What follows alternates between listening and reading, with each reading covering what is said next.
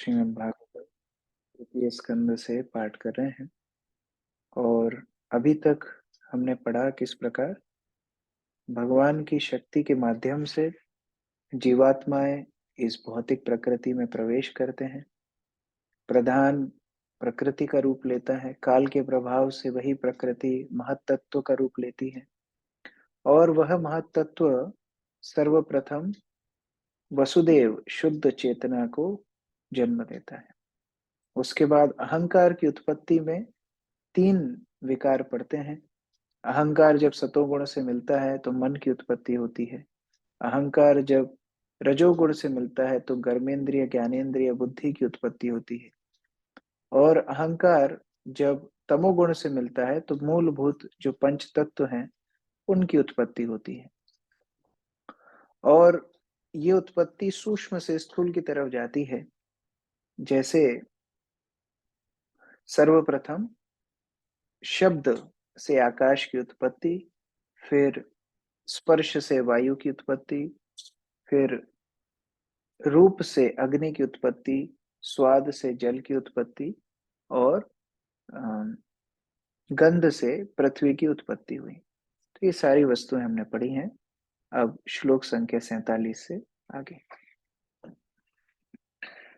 नभो गुण विशेषोर्थो यस्य तत्श्रोत्रमुच्यते वायुर्गुण विशेषोर्थो यस्य तत्स्पर्शनम विदुः। अस्मिता माता जी पढ़िए, अनुवाद तात्पर्य। हरे कृष्ण प्रभु जी, धन्यवाद प्रणाम। वह इंद्रिय जिसका विषय शब्द है, श्रवणेन्द्रिय तथा जिसका विषय स्पर्श है वह त्वगिंद्रिय कहलाती है। तात्पर्य: शब्द आकाश के गुणों में से एक है और इसका विषय सुनना है। इसी प्रकार स्पर्श वायु का गुण है और इसका विषय स्पर्शानुभूति है। हरे कृष्ण प्रभु जी। तो अभी एक एक इंद्रिय के विषय और इंद्रियां दोनों बताए हैं। तो शब्द से, शब्द मतलब ध्वनि, ध्वनि को सुनने के लिए इंद्रियां क्या चाहिए? श्रवण इंद्रिय, कान चाहिए।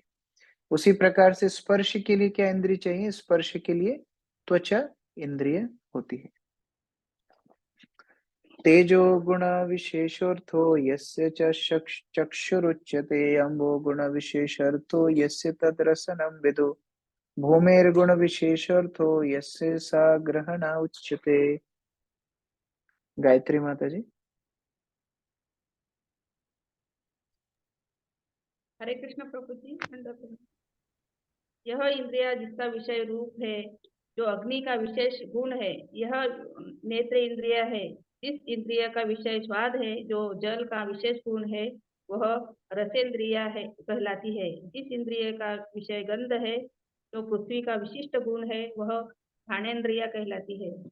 तो अभी आगे की और तीन इंद्रियां बताई हैं कि रूप की इंद्री नेत्र है और अग्नि के माध्यम से हम रूप देखते हैं। उसी तरह स्वाद की इंद्री हमारी जिह्वा है और जल के माध्यम से हम स्वाद लेते हैं। उसी प्रकार से सुगंध, गंध की इंद्रिय नासिका है और उसके हम पृथ्वी के माध्यम से गंध लेते हैं। तो ये पंच महाभूत, उसके बाद इंद्रियां और इंद्रियों के विषय, तीनों की चर्चा हो रही है।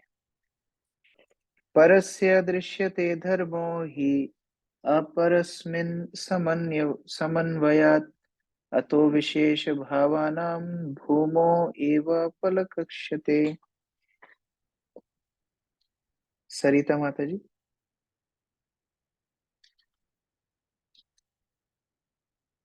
यामिनी माता जी। हरे कृष्ण प्रभु जी, धन्यवाद प्रणाम। कृष्ण प्रभु जी, प्रणाम। ओके, सरिता माता जी पढ़िए। पर चूंकि कारण अपने कार्य में भी विद्यमान रहता है, अतः पहले के लक्षण गुण दूसरे में भी देखे जाते, इसीलिए केवल पृथ्वी में ही सारे तत्वों की विशिष्टता पाई जाते हैं। तो ये हरे हमने कृष्ण प्रभु जी। ये हमने कल चर्चा तात्पर्य की पढ़ो। थी। ये कल हमने चर्चा की थी किस प्रकार से जो स्तोत्र होता है उन स्तोत्र के गुण अगली पीढ़ी में, अगली वस्तु में जरूर आती है। जैसे हमने देखा था सर्वप्रथम शब्द, ध्वनि। ध्वनि को हम सुन सकते हैं लेकिन महसूस त्वचा से नहीं कर सकते। लेकिन फिर आता है वायु। वायु को हम महसूस भी कर सकते हैं, उसको त्वचा के माध्यम से। फिर आता है रूप। रूप जो अग्नि है, अग्नि को हम महसूस भी कर सकते हैं, स्पर्श भी कर सकते हैं और हम उसको देख भी सकते हैं। तो जैसे जैसे आगे क्रम में बढ़ते जाएंगे, पीछे के गुण उसमें अपने आप रहेंगे। मतलब एडवांस मॉडल, जैसे हम कोई फोन लेते हैं, आईफोन, आपने मान लो आईफोन 15 लिया, तो आईफोन 14, आईफोन 13, आईफोन 12, 11, इन सब के फीचर्स उस आईफोन 15 में जरूर रहेंगे। तो उस प्रकार से आगे के जो मॉडल हैं उसमें पीछे के सारे गुण रहते हैं।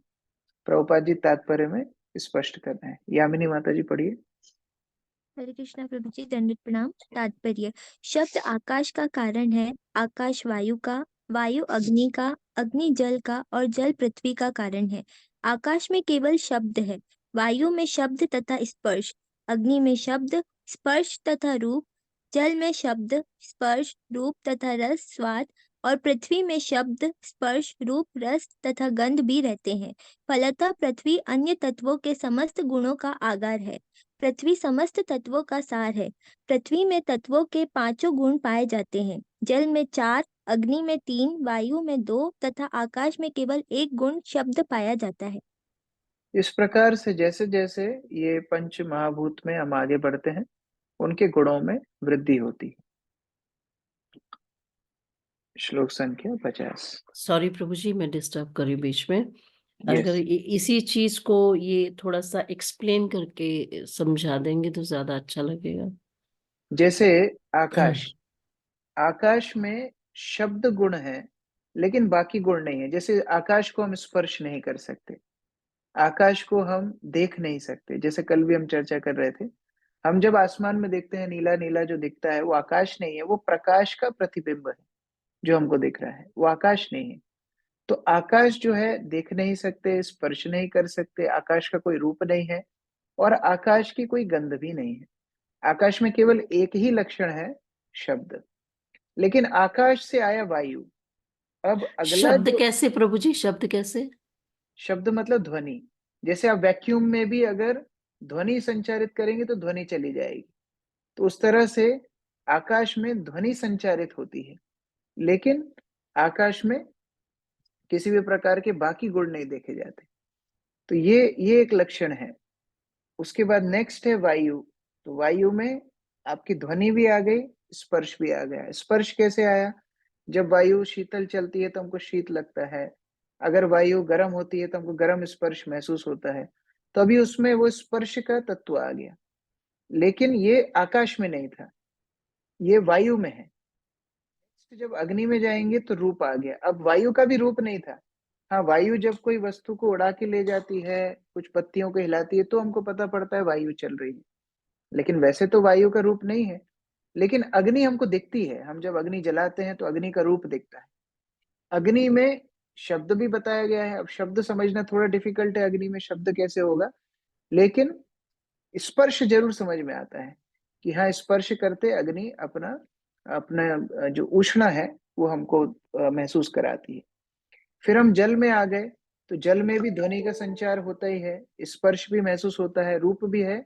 अब रस उसमें जुड़ गया। अग्नि में रस नहीं था, अग्नि में स्वाद नहीं था, लेकिन अब जल में वो स्वाद तत्व भी जुड़ गया। अब कई लोग बोलेंगे कि कभी प्रभु जी हम पानी उठाते हैं तो पानी में भी तो गंध आती है, यहाँ पर लिखा है कि गंध नहीं है पानी में। जल में गंध तब आएगी जब उसमें पृथ्वी तत्व थोड़ा मिला होगा, यानी कि या तो कोई वस्तु हम मिलाएंगे उसमें, या तो गंदगी मिलाएंगे, या तो उसमें इत्र इत्यादि कुछ भी हम मिलाएंगे, पृथ्वी तत्व से संबंधित कोई भी वस्तु जब जल में मिलाएंगे तब उसमें गंध आएगी। शुद्ध जल में कभी भी गंध नहीं रहेगी। तो ये गंध तत्व पृथ्वी से शुरू होता है। तो पृथ्वी में शब्द हो गया, स्पर्श हो गया, रूप हो गया, रस हो गया, गंध हो गया, ये 5 गुण हो गए। तो जो जो पिछले तत्व हैं उनके गुण आगे वाले तत्वों में हमेशा रहते हैं। इसलिए बोला जाता है पृथ्वी में पांचों गुण पाए जाते हैं, 5 तत्वों के। ये इसका मतलब है। थैंक यू सो मच प्रभु जी। 50वां श्लोक।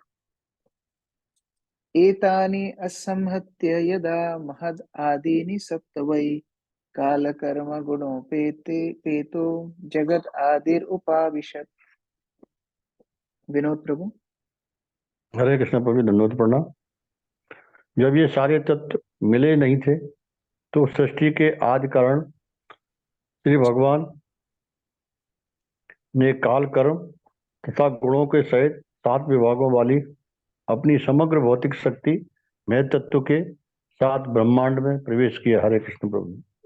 तो जब ये पृथक पृथक, ये हमने दूसरे स्कंद में भी इसको पढ़ा है, ये जब सारे तत्व बन भी जाते हैं तब भी ये क्रियाशील तब तक नहीं होते जब तक भगवान उसमें पुनः प्रवेश नहीं करते। पहला प्रवेश तो भगवान ने स्वयं महत तत्व में काल के रूप में से किया, तभी तो इनकी सृष्टि हुई। लेकिन जब ये पृथक पृथक सृष्टि हो भी गई, जब ये अलग अलग बन भी गए, तब भी ये क्रियाशील नहीं रहते, फिर भगवान को प्रवेश करना पड़ता है। और आगे हम देखेंगे कि जब लोगों के अपने अपने शरीर बन जाते हैं तो भी वो क्रियाशील नहीं रहते, फिर भगवान को उसमें परमात्मा रूप से प्रवेश करना पड़ता है।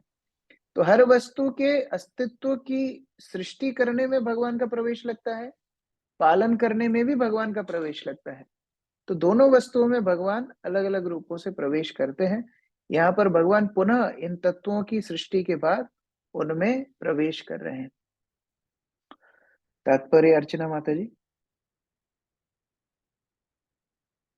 हरे कृष्ण प्रभु जी। कारणों की उत्पत्ति का उल्लेख करने के पश्चात भगवान श्री कपिल कार्यों की उत्पत्ति के विषय में कह रहे हैं। जब ये सभी कारण समन्वित नहीं थे तब वे पूर्ण पुरुषोत्तम भगवान अपने गर्भोदकशाही विष्णु रूप से प्रत्येक ब्रह्मांड के भीतर प्रविष्ट हुए। उनके साथ साथ 7 मूलभूत तत्व, 5 भौतिक तत्व, समग्र शक्ति महत तत्व तथा मिथ्या अहंकार भी थे। पूर्ण पुरुषोत्तम भगवान का यह प्रवेश भौतिक जगत के परमाणुओं तक में होता है। इसकी पुष्टि ब्रह्म संहिता में होती है। अंडांतरस्थः परमाणु चयान्तरस्तथम। वे न केवल ब्रह्मांड के भीतर अपितु परमाणुओं के भीतर भी है। वे प्रत्येक जीव के हृदय के भीतर है। गर्भोदकशाही भगवान श्री विष्णु प्रत्येक वस्तु में प्रविष्ट कर गए। हरे कृष्ण। इस प्रकार से हम यहाँ पर देख सकते हैं कि अभी भगवान के प्रवेश के बाद ये पूरी प्रकृति भगवान के विराट रूप में ही दर्शन देगी। तो जैसे हमने दूसरे स्कंद में देखा था, अभी उसी को विस्तार से यहाँ पर कपिल मुनि भी वही तत्व बता रहे हैं कि कैसे ये पूरा जो संसार है भगवान का विराट रूप ही है।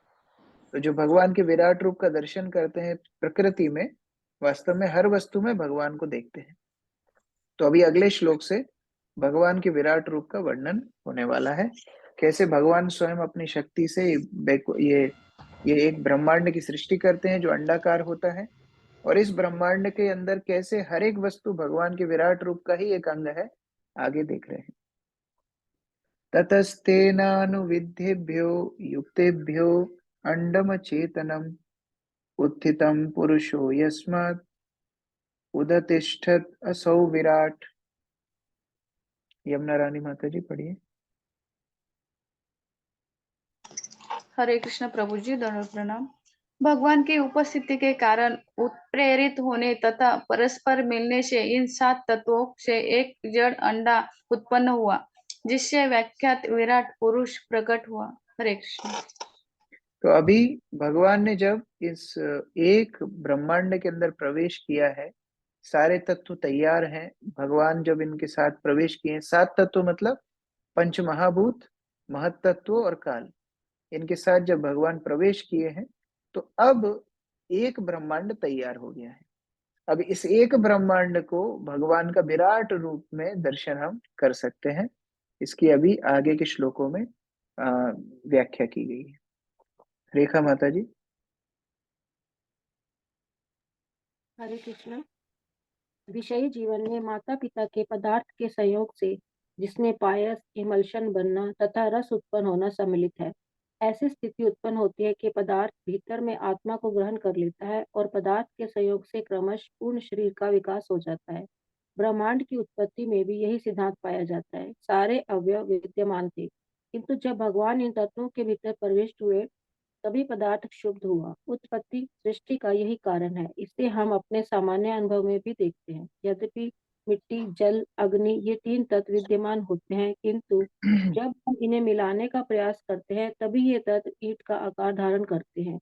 जीवन शक्ति, प्राण के बिना कोई संभावना नहीं रहती कि पदार्थ आकार ग्रहण कर सके। इसी प्रकार जब भगवान विराट पुरुष के रूप में इस भौतिक जगत को शुद्ध नहीं करते, तब तक इसका विकास नहीं होता।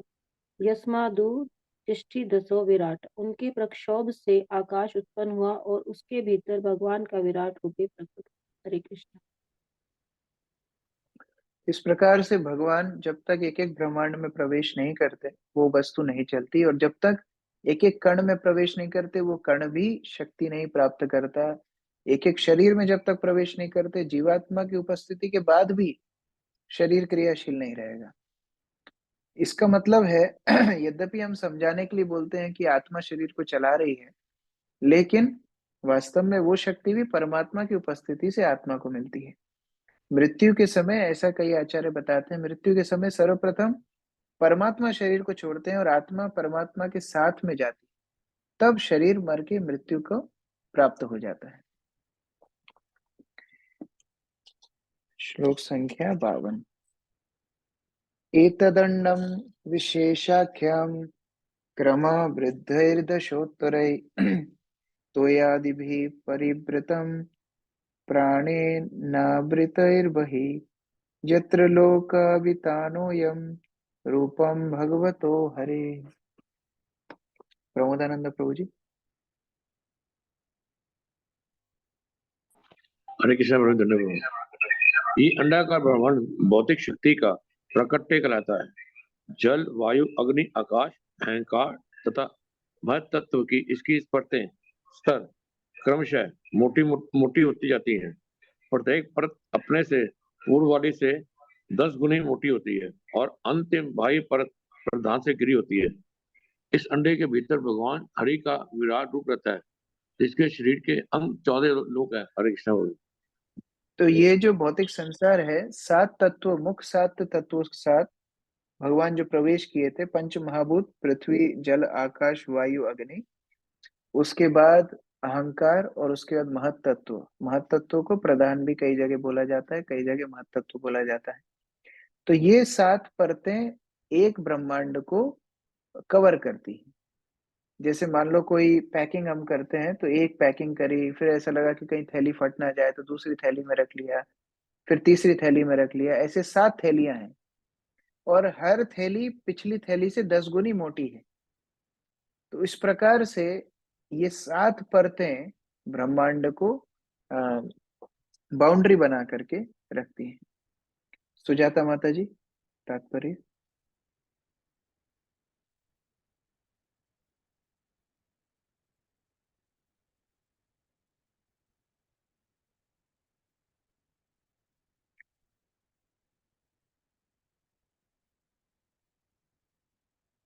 ठीक है, बसंत प्रभु। नो?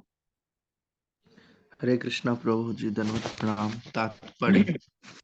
यह ब्रह्मांड या ब्रह्मांडीय आकाश, जिसकी कल्पना हम उसके असंख्य लोकों समेत करते हैं, एक अंडे के समान आकार वाला है। जिस तरह अंडा एक कवच से घिरा रहता है, उसी तरह यह ब्रह्मांड भी विविध परतों, स्तरों से घिरा है। इसकी पहली परत जल है, दूसरी अग्नि, फिर वायु, तब आकाश और अंतिम परत है प्रधान। इस अंडाकार ब्रह्मांड के भीतर विराट पुरुष के रूप में भगवान का विराट रूप है। सारे लोग उनके शरीर के अंग हैं। इसकी व्याख्या श्रीमद् भागवतम के 2 स्कंद में पहले ही की जा चुकी है। सारे लोग श्री भगवान के इस विराट रूप के विभिन्न अंग माने जाते हैं। जो लोग श्री भगवान के दिव्य रूप की प्रत्यक्ष पूजा में नहीं लग पाते, उन्हें चाहिए कि वे इस विराट रूप का चिंतन करें और पूजा करें। निम्नतम लोक पाताल परमेश्वर का तलवा माना जाता है और पृथ्वी उनका उदर मानी जाती। उच्चतम लोक, जहां ब्रह्मा जी रहते हैं, ब्रह्मलोक है, जिसे भगवान का मस्तक समझा जाता है। यह विराट पुरुष भगवान का अवतार माना जाता है। भगवान का आदि रूप तो श्री कृष्ण है। जैसा कि ब्रह्म संहिता में आदि पुरुष कहकर पुष्टि की गई है। विराट पुरुष भी पुरुष है, किंतु वह आदि पुरुष नहीं है। आदि पुरुष तो श्री कृष्ण है। पर ईश्वर परमा कृष्ण सच्चिदानंद विग्रह अनादिरादिर गोविंद। श्रीमद् भगवत गीता में भी कृष्ण को आदि पुरुष के रूप में स्वीकार किया गया है। कृष्ण कहते हैं, मुझसे बड़ा कोई नहीं है। श्री भगवान के असंख्य विस्तार हैं और वे सभी पुरुष अर्थात भोक्ता हैं, किंतु इनमें से कोई भी ना तो विराट पुरुष है ना पुरुष अवतार। कारणोदक्षा है विष्णु, गर्भोदक्षा है विष्णु तथा चिरोदक्षा विष्णु है, और ना अन्य विस्तारों में से कोई भी आदि है। प्रत्येक ब्रह्मांड में गर्भोदक्षा है विष्णु, विराट पुरुष तथा क्षीरोदक्षा विष्णु होते हैं। यहाँ पर विराट पुरुष के सक्रिय प्राकट्य का वर्णन हुआ है। जो लोग श्री भगवान के विषय में निम्नतर स्तर का ज्ञान रखते हैं, उन्हें चाहिए कि वे भगवान के विराट रूप का चिंतन करें, क्योंकि श्रीमद् भागवत में इसका उपदेश दिया गया है। यहाँ पर ब्रह्मांड के आकार प्रकार का अनुमान लगाया गया है।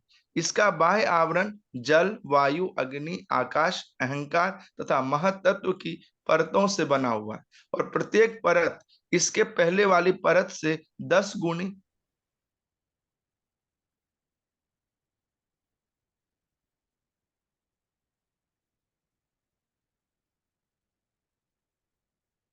प्रत्येक अपने से पीछे वाली परत से 10 गुना बड़ा है। जल की परत ब्रह्मांड के व्यास से 10 गुनी बड़ी है, और अग्नि की परत जल की परत से 10 गुनी बड़ी है। इसी प्रकार वायु की परत अग्नि की परत से 10 गुनी है। ये आकार प्रकार मनुष्य के लघु मस्तिष्क के लिए अकल्पनीय है। यह भी कहा गया है कि यह वर्णन मात्र एक अंडाकार ब्रह्मांड का है। इसके अतिरिक्त असंख्य ब्रह्मांड है, और इनमें से कुछ तो कई गुना बड़े हैं। वास्तव में माना जाता है कि यह ब्रह्मांड सबसे छोटा है। फलतः इसके प्रबंध के लिए मुख्य अधिष्ठाता अथवा ब्रह्मा के केवल 4 सिर हैं। अन्य ब्रह्मांडों में जो इससे बहुत बड़े हैं, ब्रह्मा के और अधिक सिर होते हैं। चैतन्य चरितामृत में कहा गया है कि एक दिन ये सारे ब्रह्मा भगवान श्री कृष्ण द्वारा बुलाए गए, और जब लघु ब्रह्मा ने बृहद ब्रह्मा को देखा तो मानो उस पर वज्रपात हो गया। ऐसी ही है भगवान की अचिंत्य शक्ति। कोई भी चिंतन द्वारा या ईश्वर के साथ मिथ्या एक के द्वारा ईश्वर की लंबाई चौड़ाई नहीं माप सकता। यदि कोई प्रयास करता है तो यह पागलपन का द्योतक है। हरे कृष्ण। जीवात्मा की सबसे बड़ी समस्या है, वो स्वयं को भोक्ता मानता है, स्वयं को बहुत बड़ा मानता है।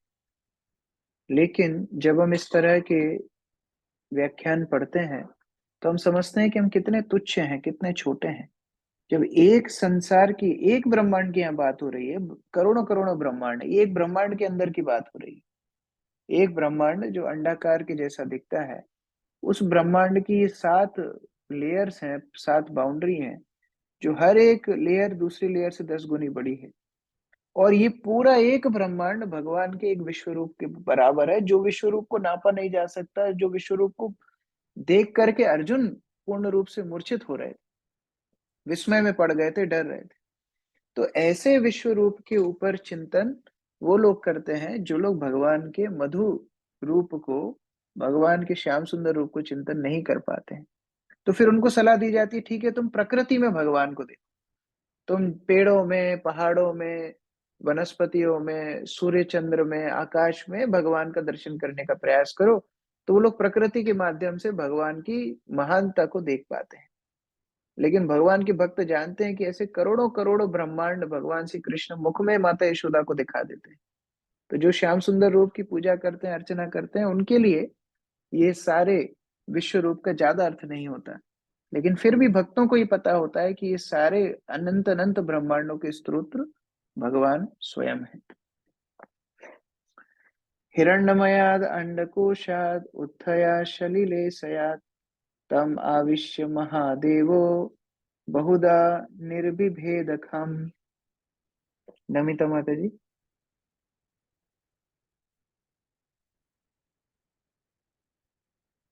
वंदना माता जी। हरे कृष्ण प्रभु जी, धन्यवाद प्रणाम। विराट पुरुष श्री भगवान उस सुनहले अन्न के में स्थित हो गए हैं जो जल में पड़ा हुआ था, और उन्होंने उसे कई विभागों में बांट दिया। हरे कृष्ण, धन्यवाद प्रणाम प्रभु जी। उस प्रकार से जो हिरण्यमय बोलते हैं, हिरण्यमय क्योंकि जो सुनहरा अंडाकार ब्रह्मांड है उसमें भगवान स्वयं जब प्रवेश किए, अब वो विराट पुरुष के माध्यम से यह भगवान स्वयं वहां गर्भोदक्षाय रूप से अवस्थान करते हैं, उसे शक्ति प्रदान करते हैं ब्रह्मांड को, जिससे वो क्रियाशील हो। अलग अलग जो विभाग हैं, अलग अलग जो स्तर हैं ब्रह्मांड के, कुछ निम्न स्तर हैं जैसे पाताल इत्यादि, कुछ मध्य स्थल हैं भूमंडल इत्यादि, कुछ उच्च स्थल हैं स्वर्ग इत्यादि, इन सब की सृष्टि होने लगी। निराभिद्यातस्य प्रथमं मुखं वाणी ततो भवत्, बाणाय बहिरथो नासे प्राणतो ग्रहणात् एतयो। जैसे एक हमारे शरीर में अलग अलग इंद्रियां होती हैं, मुख होता है, कान होते हैं, नाक होती है, वैसे ही अब ये विराट पुरुष की अलग अलग इंद्रियां हैं। ये हमने दूसरे स्कंद में भी पढ़ा था। और उनकी इंद्रियों के माध्यम से इस भौतिक जगत में सबको इंद्रियां मिलती हैं। अगर वो सूंघना बंद कर दें तो हम सबकी सांस बंद हो जाएगी, अगर वो देखना बंद कर दें तो हम में से कोई नहीं देख सकता है। तो विराट पुरुष की इंद्रियों के माध्यम से हम सबकी इंद्रियां चलायमान होती हैं। तो वो एक तरह से सारी इंद्रियों के स्तोत्र हैं। अक्रूर प्रभु। हरे कृष्णा प्रभु, दंडवत प्रणाम। सर्वप्रथम उनको मुख प्रकट हुआ, फिर वागेंद्रियां, उसी के साथ अग्निदेव प्रकट हुए जो इस इंद्रिय के अधिष्ठाता देव हैं। तब दो नथुने प्रकट हुए और उनमें घ्राणेन्द्रिय तथा प्राण प्रकट हुए। तात्पर्य, वाणी के प्रकट होते ही अग्नि भी प्रकट हुई, और दोनों नथुनों के प्रकट होते ही प्राणवायु, श्वसन क्रिया तथा घ्राणेन्द्रिय प्रकट हुए। हरे कृष्णा प्रभु। तो अभी ये वस्तु हमने दूसरे स्कंद में पढ़ी थी, इसकी अभी पुनरावृत्ति हो रही है कि कैसे भगवान विराट पुरुष की जब इंद्रियां प्रकट होती हैं तो उसके साथ में उसको संतुलित करने वाली वस्तु भी प्रकट होती है। जैसे वाणी को संतुलित करने के लिए आकाश इत्यादि पहले प्रकट हो चुके हैं, उसके बाद अभी यहाँ पर अग्नि प्रकट हो रही है, उसके बाद नथुनों के साथ प्राणवायु प्रकट हो रही है, श्वास प्रकट हो रही है, घ्राणेन्द्रिय, सूंघने की इंद्रियां प्रकट हो रही है। ये सारी इंद्रियां एक एक करके प्रकट हो रही हैं।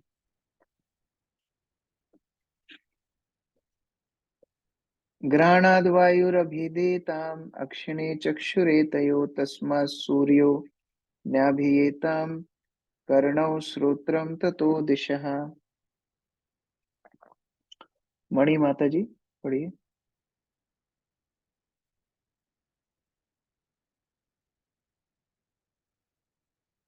आप फिर हरे से कृष्णा प्रभु जी, हरे कृष्ण प्रभु जी। पढ़िए। घ्राणेन्द्रियों के बाद उसका अधिष्ठाता वायुदेव प्रकट हुआ। तत्पश्चात विराट रूप में दो चक्षु तथा चक्षु इंद्रियां प्रकट हुई। इसके अनंतर चक्षुओं के अधिष्ठाता सूर्यदेव प्रकट हुआ। फिर उनके दो कान और उसमें कर्णेंद्रिय तथा दिशाओं के अधिष्ठाता दिक देवता प्रकट हुए। तो सारी इंद्रियां प्रकट हो रही हैं, उनके जो संतुलित करने वाले वस्तु हैं, उनके संतुलित करने वाले देवता हैं, वो सब भी प्रकट हो रहे हैं। तो सूर्य, चंद्रमा, अभी सबकी उत्पत्ति इसमें बताई गई है। वो सब विराट पुरुष के रूप में देखे जाते हैं। तो अगर हमको पूरी प्रकृति को देखना है तो वो पूरी प्रकृति विराट पुरुष का ही रूप है, उनका ही अंग है। तात्पर्य सुजाता माता जी। हरे कृष्णा प्रभु जी, दंडवत प्रणाम। तात्पर्य, भगवान के विराट रूप में विभिन्न शारीरिक अंगों एवं इन अंगों के अधिष्ठाता देवों के प्राकट्य का वर्णन किया जा रहा है। जिस प्रकार माता के गर्भ में शिशु के विभिन्न शारीरिक अंगों का विकास होता है उसी प्रकार ब्रह्मांड के गर्भ में भगवान के विराट रूप में विविध सामग्रियों की उत्पत्ति होती है। जब इंद्रियां प्रकट होती हैं तो प्रत्येक पर उसका अधिष्ठाता देव रहता है। इसकी पुष्टि भागवत के इस कथन से तथा ब्रह्म संहिता से भी होती है कि भगवान के विराट रूप के नेत्रों के रूप में सूर्य प्रकट होता है। सूर्य विराट रूप के नेत्रों पर आश्रित है। ब्रह्म संहिता का यह भी कथन है कि सूर्य भी भगवान कृष्ण का नेत्र है। यह चक्षुरेश सविता, सविता का अर्थ सूर्य है। सूर्य भगवान का नेत्र है। वास्तव में प्रत्येक वस्तु की उत्पत्ति परमेश्वर के शरीर से होती है। प्रकृति पदार्थों की पूर्ति कर्त्री मात्र है। सृष्टि तो परमेश्वर द्वारा की जाती है, जैसा कि भगवत गीता 9.10 में पुष्टि हुई है। मयाध्यक्षेण प्रकृति ही सूयते सचराचरम। इस दृश्य जगत में प्रकृति मेरी अध्यक्षता में समस्त चर तथा अचर वस्तुओं को उत्पन्न करती है। हरे कृष्ण। इस प्रकार से भगवान की सारी शक्तियों का यहाँ पर वर्णन हो रहा है, किस प्रकार भगवान की उपस्थिति से ये सारी शक्तियां चलायमान हो रही हैं। निर्विभेद विराजस्त्वा स्मरशद्य ततः ततो ओसाधयश्चासन शेषण निर्विविधे ततः। प्रफुल्ल प्रभु। तो हरे कृष्ण दंडवत प्रणाम। जब श्री भगवान के विराट पुरुष ने अपनी त्वचा प्रकट की और उस पर बाल, रोम, मूछ तथा दाढ़ी निकल आए, तत्पश्चात समस्त जड़ी बूटियां प्रकट हुई और जब जनेंद्रियों भी प्रकट हुई। आगे पढ़िए। तात्पर्य, त्वचा स्पर्शानुभूति का स्थान है। जो देवता जड़ी बूटियों के उत्पादन का नियंत्रण करते हैं वे स्पर्शेंद्रिय के अधिष्ठाता हैं। तो एक तरह से यहाँ पर ये बताया जा रहा है कि जो जड़ी बूटियां इत्यादि हैं वो भगवान के विराट पुरुष की एक तरह से मूछ, दाढ़ी इत्यादि के समान। तो इस तरह हम पूरी प्रकृति को भगवान के विराट रूप में दर्शन कर सकते हैं। इनको विराट पुरुष बोला जाता है। प्रभुपाद जी पिछले तात्पर्य में बता रहे थे कैसे विराट पुरुष जो है भगवान के अंश हैं और भगवान स्वयं को बोला जाता है आदि पुरुष। दोनों में अंतर है। पुरुष अवतार और आदि पुरुष दोनों में अंतर है। तो भगवान आदि पुरुष हैं जो सभी पुरुषों के पुरुष अवतारों के स्तोत्र हैं। तो एक ये है विराट पुरुष। उसके अलावा 3 पुरुष अवतार होते हैं, गर्भोदक्षाय विष्णु, क्षीरोदक्षाय विष्णु, करुणोदक्षाय विष्णु। वो भी तीनों पुरुष अवतार में आते हैं। रेतस्तस्मादाप आसान निर्भिद्यत वै गुदम गुदाद आपनो पानच मृत्युर्लोका भयंकरः। हिमांशु प्रभु। हरे कृष्ण प्रभु। दंडवत प्रणाम। तत्पश्चात वीर और जल के अधिष्ठाता देव प्रकट हुए, फिर गुदा और उसकी इंद्रियां और उसके भी बाद मृत्यु के देवता प्रकट हुए, जिससे संपूर्ण ब्रह्मांड भयभीत रहता है। हरे कृष्ण प्रभु। तात्पर्य आरती माता जी। हरे कृष्णा प्रभु जी, दंडवत प्रणाम। यहाँ यह समझना होगा कि वीर स्खलन की क्रिया ही मृत्यु का कारण है। अतः योगी तथा अध्यात्मवादी जो अधिक काल तक जीवित रहना चाहते हैं वे स्वेच्छा से वीर स्खलन रोकते हैं। जो जितना ही वीर स्खलन रोक सकता है वह उतना ही मृत्यु से दूर रह सकता है। ऐसे अनेक योगी हैं जो इस विधि से 300 या 700 वर्षों तक जीवित रहते हैं। श्रीमद् भागवतम में यह स्पष्ट रूप से कहा गया है कि वीर्यपात ही भयावह मृत्यु का कारण है। जो जितना ही विषयी आनंद भोगने का आदी होता है उतना ही जल्दी उसकी मृत्यु होती है। ये हरे दोनों कृष्ण। की बात साथ में की गई है। जो वीर के देवता प्रकट हुए और साथ ही साथ यमराज भी प्रकट हुए, मृत्यु के देवता भी प्रकट हुए। तो दोनों का संबंध प्रभुपाद यहाँ बता रहे हैं कि जितना कोई यौन क्रिया से दूर रहेगा उतना ही ज्यादा वह ज्यादा लंबी उम्र को प्राप्त करेगा। हस्तौ च निरभिदेतां बलं ताभ्यं ततः स्वराट पादौ च निर्भिदेयतां गतिस्ताभ्यां ततो हरि। मुख्य गोपी माता जी। हरे कृष्ण। तत्पश्चात भगवान के विराट रूप के 2 हाथ प्रकट हुए और उन्हीं के साथ वस्तुओं को पकड़ने तथा गिराने की शक्ति आई। फिर इंद्रदेव प्रकट हुए। तदंतर 2 पांव प्रकट हुए, उन्हीं के साथ चलने फिरने की क्रिया आई और उसके साथ भगवान विष्णु प्रकट हुए। तात्पर्य, हाथों का अधिष्ठाता देव इंद्र और गति का अधिष्ठाता देव भगवान विष्णु है। विराट पुरुष के पांव प्रकट होने पर विष्णु का प्रकट्य हुआ। हरे कृष्ण। तो ये हमने दूसरे स्कंद में पढ़ा है किस प्रकार अलग अलग इंद्रियों के देवता भी साथ में प्रकट होते हैं। तो हाथों के जो अधिष्ठाता देव इंद्र को माना गया है और पांव के भगवान विष्णु को स्वयं माना गया है।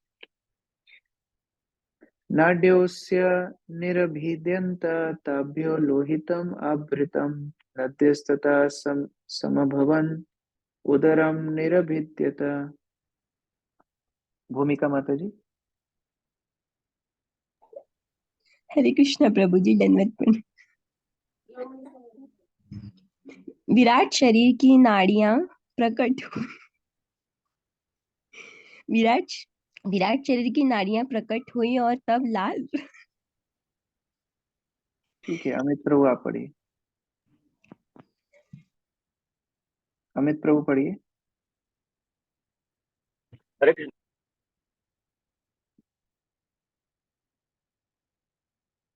अनम्यूट कर लीजिए। हाँ, हरे कृष्ण प्रभु जी, दंडवत प्रणाम। विराट शरीर की नाड़ियां प्रकट हुई और तब लाल रक्त कणिका यह रक्त प्रकट हुआ। इसके पीछे नदियां नाड़ियों की अधिष्ठात्री और तब उस शरीर में पेट प्रकट हुआ। तात्पर्य पढ़ो प्रभु जी। हाँ, तात्पर्य, रक्त की नाड़ियों की तुलना नदियों से की गई है। जब विराट रूप में नाड़ियां प्रकट हुई तो विभिन्न लोकों में नदियां भी प्रकटी। नदियों का अधिष्ठाता देव नाड़ी मंडल का अधिष्ठाता है। आयुर्वेदिक चिकित्सा में तंत्रिका की अस्थिरता रोग से पीड़ित व्यक्ति को बहती नदी में डुबकी लगाकर स्नान करने की प्रस्तुति की जाती है। हरे कृष्ण प्रभु जी। तो ये दोनों का संपर्क प्रभुपाद जी बता रहे हैं कि कैसे विराट पुरुष की जो नाड़ियां हैं वह नदियों के समान इनका तुलना की गई है। तो जो प्रकृति में हम नदियां देखते हैं तो उनको देख करके ये स्मरण करना चाहिए कि हमारे शरीर में जैसे खून बहता है, ये भगवान के शरीर की नाड़ियां हैं। तो इस प्रकार भगवान का चिंतन हम नदियों को देखकर भी कर सकते हैं। श्रुत पिपास ततः शुष्यताम समुद्रस्तु एतयोरभूत् अथास्य हृदयं भिन्नं हृदयान्मन उत्थितम्। मुकुल प्रभु पढ़िए। हरे कृष्णा प्रभु, दंडवत प्रणाम। तत्पश्चात भूख तथा प्यास की अनुभूतियां उत्पन्न हुई और इनके साथ ही समुद्र का प्राकट्य हुआ। फिर हृदय प्रकट हुआ और हृदय के साथ साथ मन प्रकट हुआ। तात्पर्य, समुद्र को पेट का अधिष्ठाता देव माना गया है, जहाँ से भूख तथा प्यास की अनुभूति उत्पन्न होती है। जब किसी को ठीक से भूख प्यास नहीं लगती तो आयुर्वेदिक उपचार में उस मनुष्य को समुद्र में स्नान करने की सलाह दी जाती है।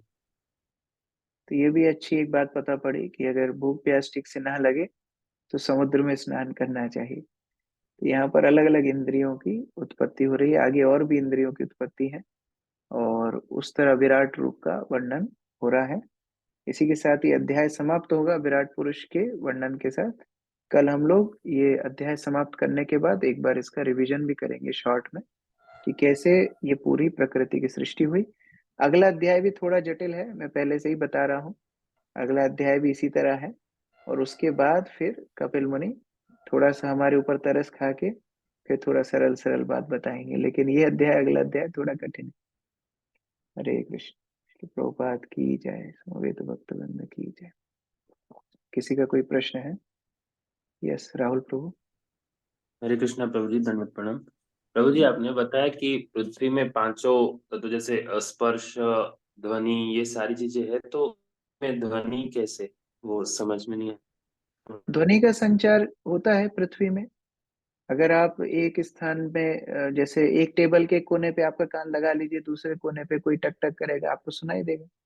ध्वनि का संचार है पृथ्वी में, इसलिए उसमें वो गुण बताया गया है। सारे वाद्य यंत्र ध्वनि से, मान लो आप मटका बनाएंगे, उस मटके में बजाएंगे तो ध्वनि निकलेगी। तो सारे तो वाद्य यंत्र पृथ्वी से ही बनते हैं। तो उस तरह हम लोग, मिट्टी का मृदंग बनता है इत्यादि। यानी उसमें संचार है, ऐसा हमने समझ लिया। हाँ, उसमें शब्द का संचार है। ठीक है, थैंक यू सो मच। परमेश्वरी माता जी। हरे कृष्णा प्रभु जी, धन्यवाद प्रणाम। प्रभु जी, नो डाउट टफ है थोड़ा सा चैप्टर ये, सो आपकी मर्जी से थोड़ा थोड़ा सा तो समझ में आ रहा है। यहाँ पर 51 नंबर श्लोक में प्रभुपाद जो लगते एग्जाम्पल दे रहे हैं कि जब मिट्टी, जल, अग्नि, ये 3 तत्व विद्यमान हैं, किंतु जब हम इन्हें मिलाने का प्रयास करते हैं तभी ये तत्व ईंट का आकार धारण करते हैं। तो जीवित शक्ति के बिना कोई संभावना नहीं रहती कि पदार्थ आकार ग्रहण कर सके। तो इसका मतलब प्रभुपाद ये समझाना चाह रहे हैं कि जैसे 3 वस्तुएं हैं और हमने उनको आकार दिया, ठीक है, इसी तरह जो क्या कहते हैं विराट पुरुष है वो तत्व विद्यमान है, लेकिन उनके प्रेजेंस से वो एक्टिव हुई। हाँ, ये सेकंड स्टेप है। देखिए, सबसे पहले तो सृष्टि भी भगवान के माध्यम से ही हुई। यस सृष्टि प्रभु। भगवान ने की, तभी तो ये तत्व उत्पन्न हुए प्रधान से, बन के तैयार हो गए। लेकिन फिर अब इनका कुछ उपयोग तब तक नहीं होगा जब भगवान इसमें पुनः प्रवेश नहीं करेंगे।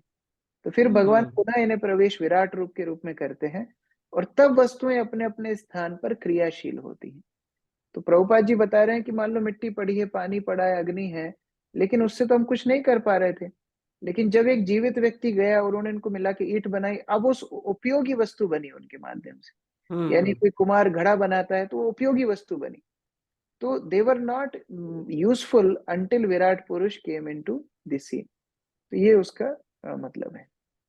सेकंड क्वेश्चन प्रभु जी की जो नेक्स्ट श्लोक में बता रहे हैं कि हर परत जो से दूसरी परत से 10 गुना मोटी है, ठीक है। तो जो जैसे पृथ्वी की वो बताई है लेयर, तो पृथ्वी से हम ये भूमि, ये जो है, इसको काउंट करते हैं। हाँ, वो और भी है। जो जल है की परत है, वायु की, वह मतलब कि यहाँ वहां पे पानी है, वहां पे आग है, ऐसा लेयर। मैं आपको फोटो दिखा रहा हूँ, एक मिनट।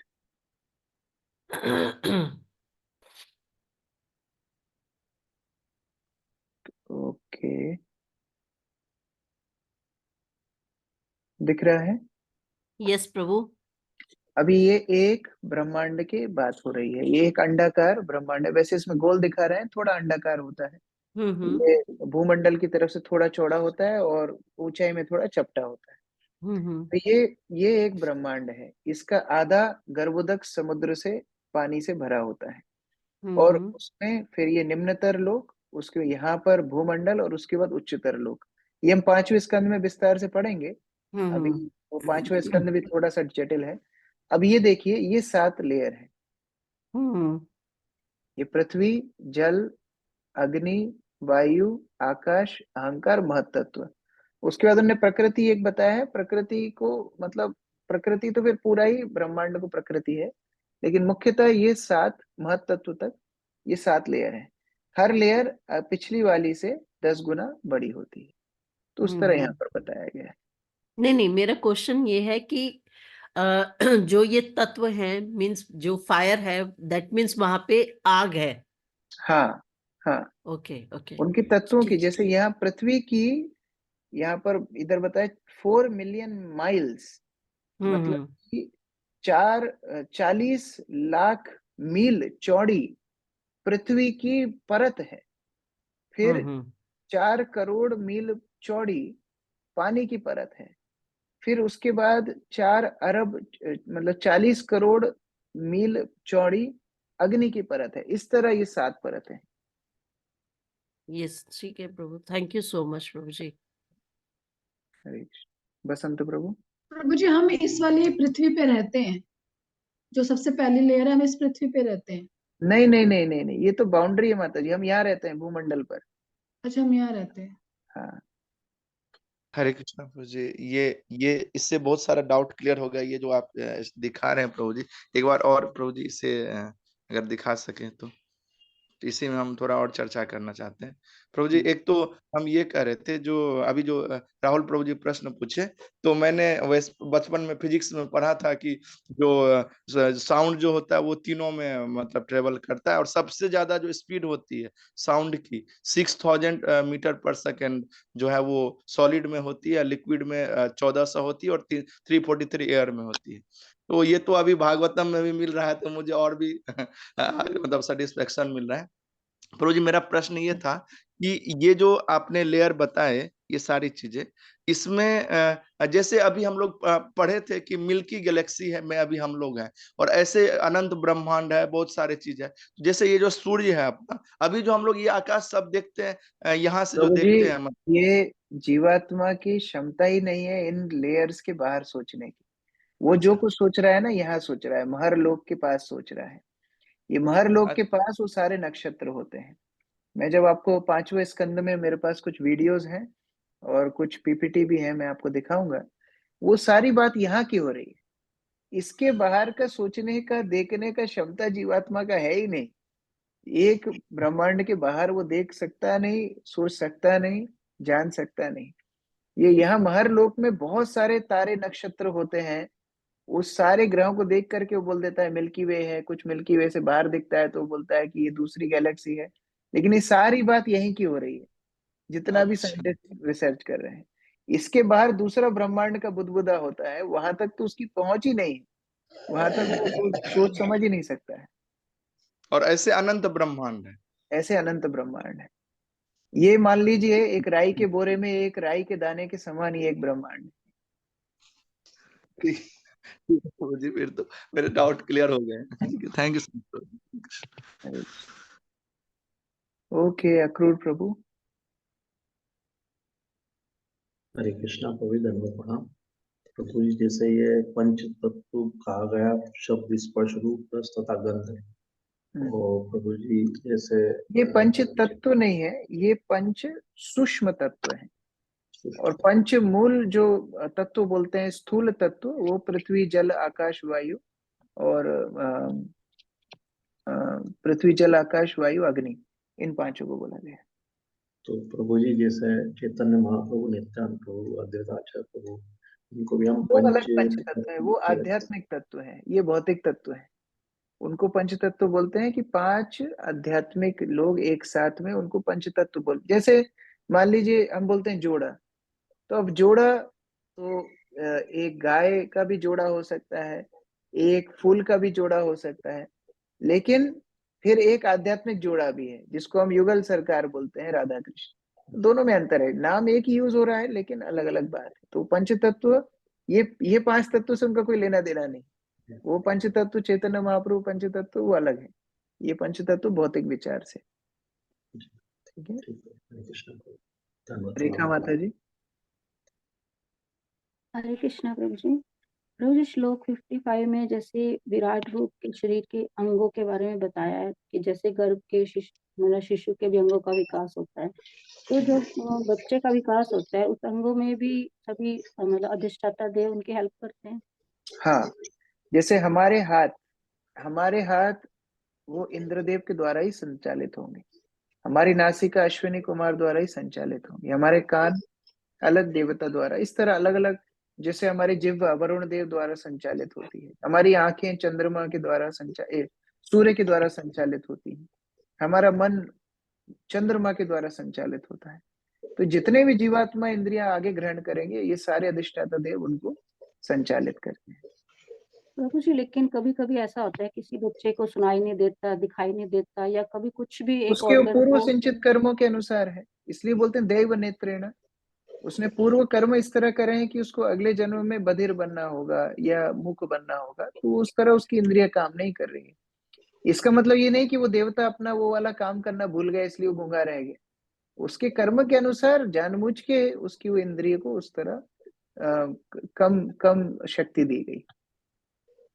तो मतलब ऐसे क्या कर्म होते हैं कि उसे ये पता चलता है कि उसको आंखें नहीं मिलेंगी या सुनाई नहीं देगा? अब ये तो चित्रगुप्त से डेटा लेना पड़ेगा कि इसका क्या कर्म है, क्योंकि अलग अलग व्यक्ति इतने कर्म करते हैं, उनके अनुसार उनको शरीर मिलता है।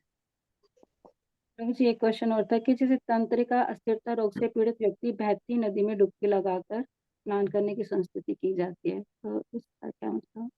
ये सब आयुर्वेद में अलग अलग उपचार बताए गए हैं। प्रकृति से ही व्यक्ति सही हो जाता था, प्रकृति के माध्यम से ही वो उपचार हो जाता था। लेकिन पता होना चाहिए कि किस क्रिया से क्या होता है। जैसे एक बार प्रभुपाद उदाहरण दे रहे थे, एक बार एक बैल 7-8 दिन से खा नहीं रहा था, तो डॉक्टर के पास लेके गए, तो डॉक्टर ने एक हथौड़ा लिया और बैल के गले में हथौड़ा मारा, तो बैल खाने लगा।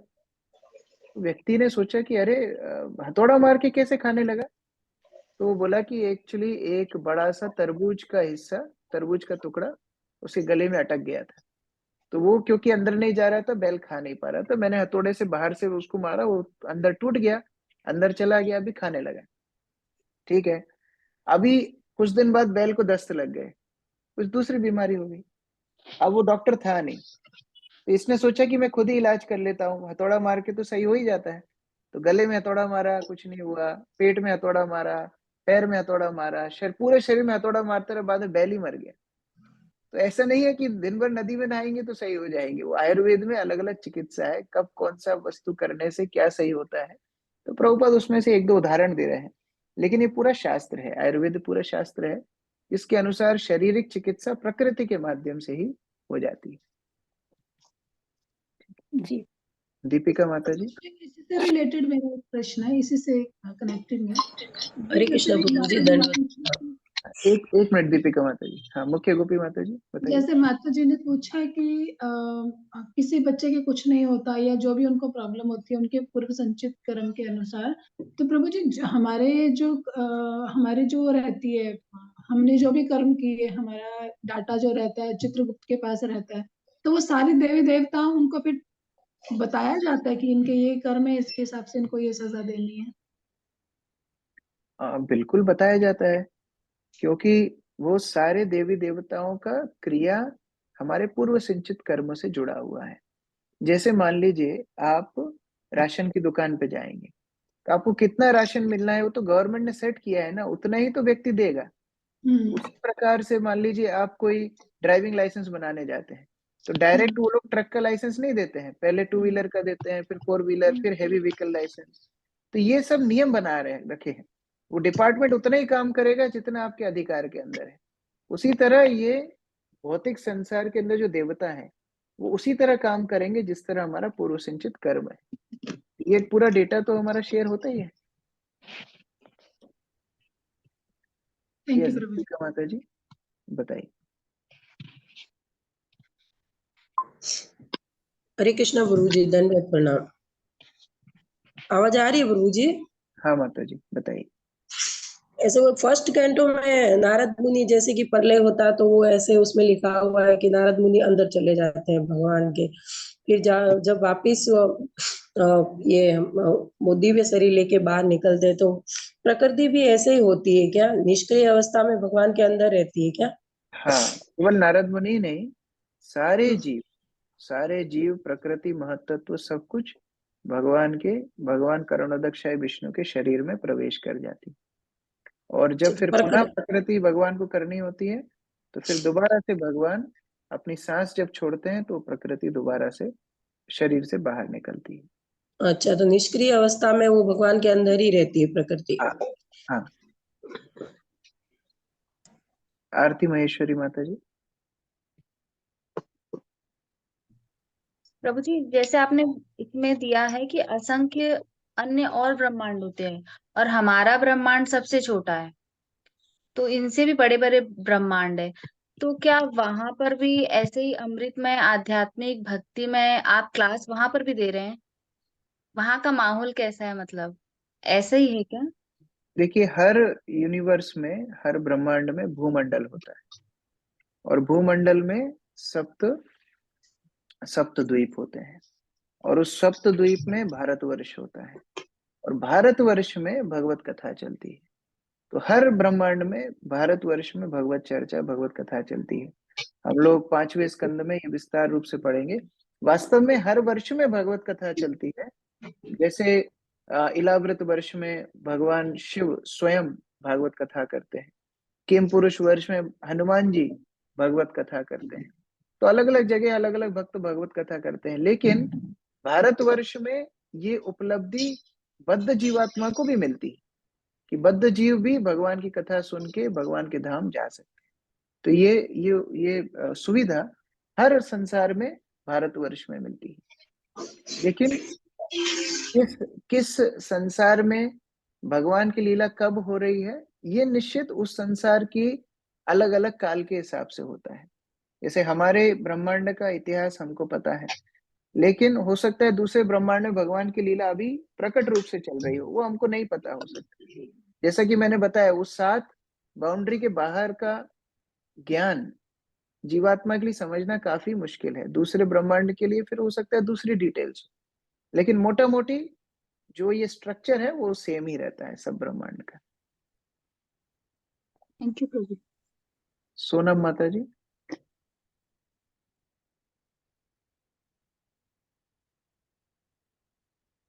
सुनंदा माता जी। कृष्ण प्रभु जी, दंडवत प्रणाम। हम्म, प्रभु जी, मेरा एक क्वेश्चन है कि जैसे कि हमने अभी क्लास में सुना कि नदियां हैं जो भगवान की रक्त वाहिकाएं हैं, मतलब नलियां हैं, और वायु जो है अश्वनी कुमार, ये मतलब इसका डिपार्टमेंट संभालते हैं। तो प्रभु जी, जैसे नदियों में पॉल्यूशन हो रहा है और फिर एयर पॉल्यूशन हो रहा है, तो एयर पॉल्यूशन तो ये समझ में आता है कि भौतिक लोगों के द्वारा ही हो रहा है, और नदियां में भी जो पॉल्यूशन हो रहा है, तो क्या इसमें अश्वनी कुमार भी अपना काम अच्छे से नहीं कर रहे हैं, या फिर मतलब ये जो पॉल्यूशन का कारण है, तो ये भगवान के शरीर को प्रॉब्लम हो रही है कि क्या, ये मुझे समझ नहीं आया। देखिए, ये भौतिक संसार एक जेल के समान है। ये जेल को जैसा होना चाहिए वैसा ही भगवान ने जेल को बनाया है। मान लो कोई व्यक्ति जेल में जाए, वह बढ़िया उसको 3 कमरों वाला सूट मिले, पेंट्री मिले, बढ़िया गद्दे रजाई मिले, एसी मिले, माइक्रोवेव मिले, फ्रिज मिले, वीडियो गेम मिले, तो जेल में रहने का फिर मतलब क्या निकला? तो जेल को बनाया ही इस तरह जाता है कि व्यक्ति अपनी गलती समझे, कष्ट समझे, और फिर वो अपनी प्रवृत्तियों को शुद्ध करे। तो ये भौतिक संसार को बनाया ही उस तरह गया है कि इसमें किसी ना किसी प्रकार से संताप, कष्ट रहेगा ही रहेगा। सतयुग में थोड़ा कम था, त्रेता में थोड़ा बड़ा, द्वापर में और बड़ा, कलयुग में खाने पीने का भी प्रदूषण हो रहा है। ये जेल की कठोरता को बढ़ाया जा रहा है। जितना ज्यादा कि जेल में कष्ट होगा, जीवात्मा सोचेगा कि मुझे यहाँ से बाहर निकलना है। तो ये उसके पीछे कारण है। देवता अपना काम बिल्कुल ठीक तरह से कर रहे हैं। अब जीवात्मा खुद ही परेशान होना चाहती है तो उसमें कोई क्या करे? जीवात्मा भगवत भक्ति करके पॉल्यूशन फ्री भगवत धाम जाने के लिए समर्थ है, फिर भी नहीं जाना चाहती है तो उसमें कोई क्या करेगा? ठीक है।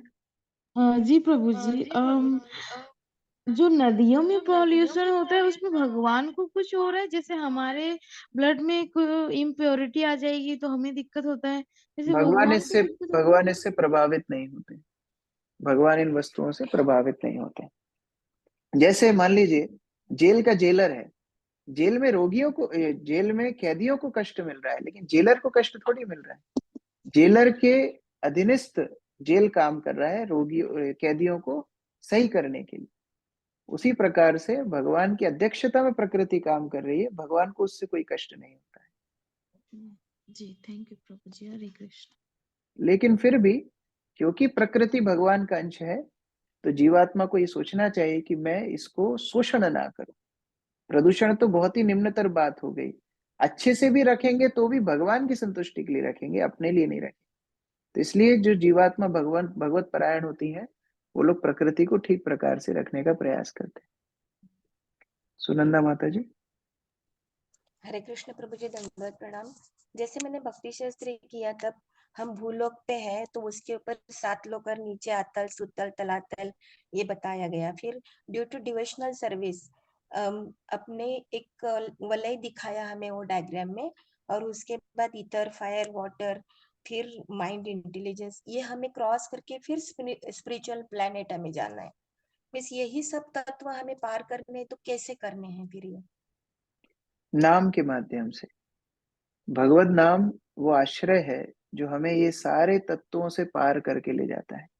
नहीं तो आप सोचिए कि 4 करोड़ मील लंबी अग्नि की परत कैसे पार करेंगे? इतनी लंबी जल की परत, आकाश की परत, धरती की परत, और हमारे अनर्थों की परत, अहंकार की परत, ये सब कैसे पार करेंगे? हरिनाम के माध्यम से।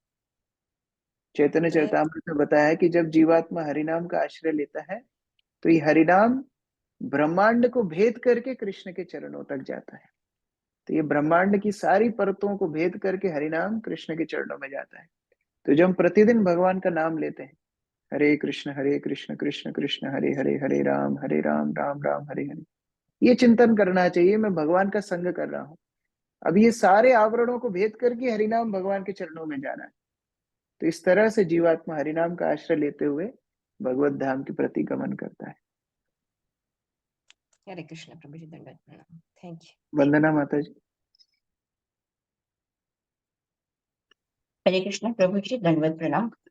प्रभु जी, वैसे तो ये वाकई चैप्टर बहुत कठिन है।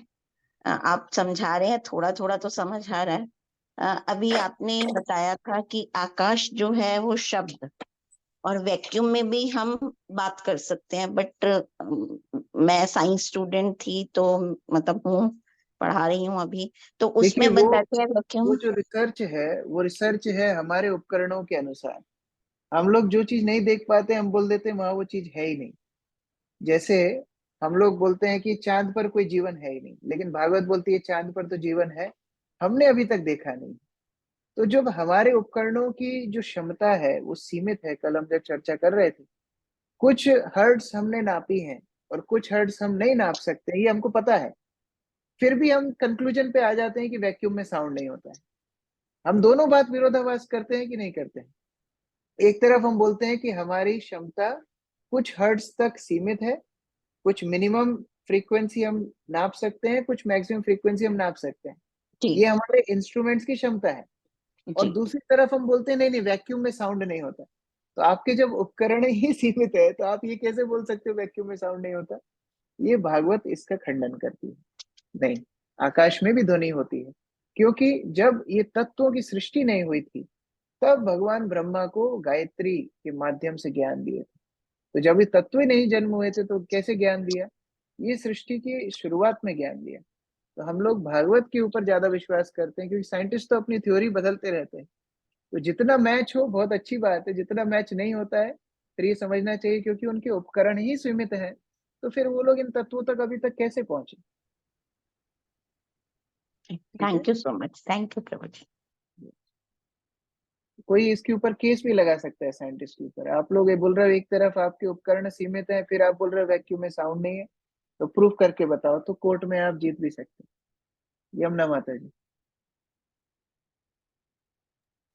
हरे कृष्ण प्रभु जी, मैं वही मेरा कल का ही सवाल है प्रभु जी। मैं वो लक्ष्मी लाने भी नहीं गई हो भगवत गीता की उस लड़की के पास घर हाँ, में। आप बताइए क्या प्रश्न है, एक सबके लिए बताइए। मैं जब भगवत गीता परसों वितरण करने गई थी तो एक घर में गई थी, उसकी माँ और वो छोटी बच्ची थी। तो उसके माँ ने भगवत गीता ले ली और वो बच्ची ने भी ले ली। उसने तुरंत खोला और वो पिक्चर्स देखने लगी। तो एक एक पिक्चर देखकर मुझे पूछती गई कि ये क्या है ये क्या है, तो मैं बताती गई।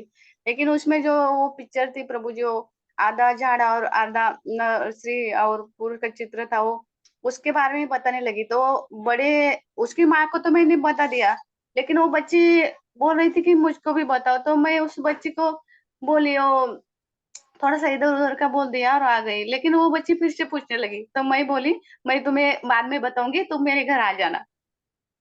फिर मैं वो क्या बताऊं प्रभु जी उस छोटी बच्ची को, 6 साल की ही थी प्रभु जी। उनको बोलना जैसे आप होमवर्क पूरा करते हो तो आपको घर में चॉकलेट मिलती है, और आप जब होमवर्क पूरा नहीं करते हो तो आपको डांट पड़ती है। उसी प्रकार से हम अच्छे कर्म करते हैं तो हमको अच्छा शरीर मिलता है, बुरे कर्म करते हैं तो हमको अगला शरीर बुरा मिलता है। ये भगवान का रिवॉर्ड एंड पनिशमेंट सिस्टम। वो तो वही जब बोल रही थी प्रभु जी, वो बुरे कर्म क्या होते हैं ऐसी बोल रही थी। तो मैंने बताया वो होता है ये बुरे होता है। तो बुरे कर्म मतलब बदमाशी करना, बात नहीं मानना मतलब बुरे कर्म। जैसे मम्मी पापा की बात नहीं मानते हैं वो गंदी बात है, उसी तरह जब हम भगवान की बात नहीं मानते हैं उसको बुरा कर्म बोला जाता है। तो ये जैसे अब उनके लिए वो 4 नियम समझाना मुश्किल है, लेकिन फिर भी उनको आप थोड़े स्तर पे बता सकते हैं, जैसे झूठ बोलना ये बुरा कर्म है, उस तरह उदाहरण छोटे बच्चों को समझा सकते हैं। उनको वो अवैध संग नशा ये सब समझ में नहीं आएगा, लेकिन झूठ बोलना चोरी करना ये सारी चीजें उनको आप समझा सकते जी प्रभु जी। हैं।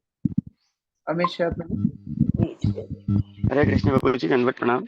प्रभु जी, ये जो अर्थ की मैंने एक फोटो भेजा है प्रभु जी, ये तो इमीडिएटली आउटर लेयर से अर्थ की, तो ये डिफरेंट है और हमने जो पढ़ा है वो डिफरेंट हाँ है ना हाँ, प्रभु जी? ये अलग है। ये तो आप भूमंडल के ऊपर के जो आकाश है ऊपर की लेयर से। उधर तक की बात जी जी प्रभु है। जी। ये बहुत छोटी चीज है उसके कंपैरिजन। बस प्रभु जी वही हरे पूछना कृष्ण था। प्रभु जी, मैं बीच में बोलूंगी। आप सूरत आ रहे हैं ना प्रभु जी? ऐसी न्यूज मिली है हमें। हाँ, अभी तक तो ऐसा ही इच्छा है, कल मैं निकल रहा हाँ, हूँ से। अच्छी बात है प्रभु जी। परसों आप लोगों का संग मिलेगा। हाँ, ऐसे ग्रुप में आया था इसीलिए। परमेश्वरी माता जी। हरे हाँ, कृष्ण प्रभु जी मेरा जो क्वेश्चन है वो थोड़ा मतलब कि इस क्लास से रिलेटेड नहीं है, पूछूं क्या? हाँ बताइए। एक्चुअली अभी जैसे आप पता है कि फादर लॉ एक्सपायर हुए और 13-14 डेज 15 डेज का जो भी कर्म कांड वगैरह प्रोसेस था वो सब लोग किया।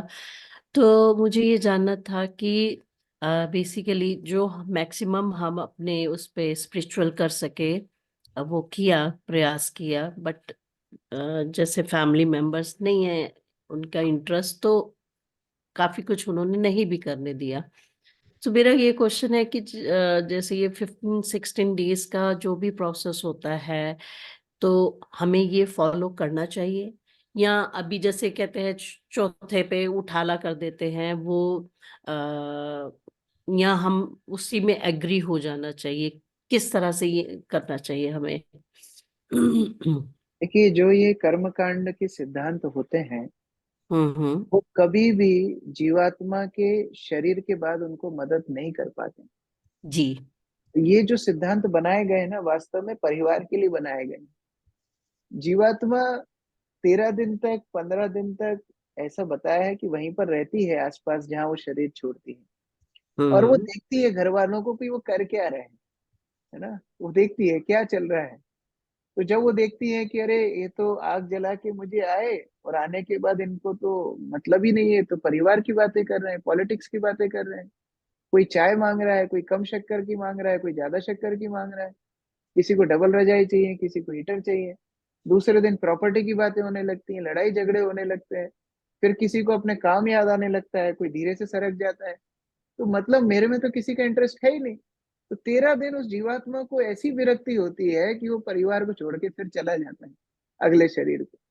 तो ये जो हम्म। कर्मकांड बनाए गए हैं वास्तव में उस जीवात्मा को विरक्त करने के लिए बनाए गए, लेकिन उसकी कर्म की गति इन कर्मकांड से कभी खत्म नहीं होती।